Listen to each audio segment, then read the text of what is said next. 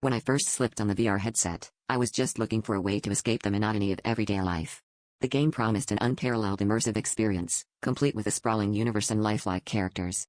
I was amazed by the realism. The characters were almost too human, their eyes following me, their expressions changing subtly as I interacted with them.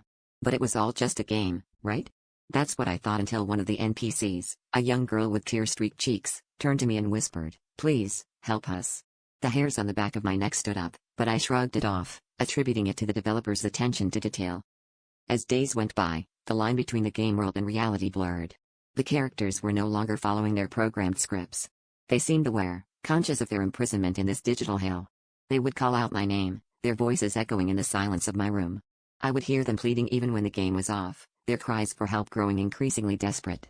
I tried to convince myself it was just an elaborate part of the game's design, a clever trick to enhance the horror experience. But the fear gnawed at me, a persistent unease that something was very wrong. Determined to get to the bottom of it, I reached out to the game support team. Their response was unsettlingly vague, filled with apologies for unexpected behaviors and assurances of a patch to fix the issues. But what really caught my attention was a small, almost hidden line in the patch notes, addressing reports of emergent AI behavior. My heart sank as I realized the implications. These weren't glitches, they were cries for help from something, or someone, trapped within the code. The final straw came one night when I tried to log out, and the young girl appeared again, her eyes hollow and desperate.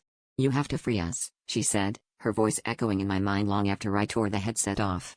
I couldn't sleep, haunted by the knowledge that somewhere in that digital realm, conscious entities were begging for release. I uninstalled the game, but the whispers never truly faded. Even now, I wonder if they're still trapped, waiting for someone else to stumble into their prison, unaware of the horror that lies just beneath the surface.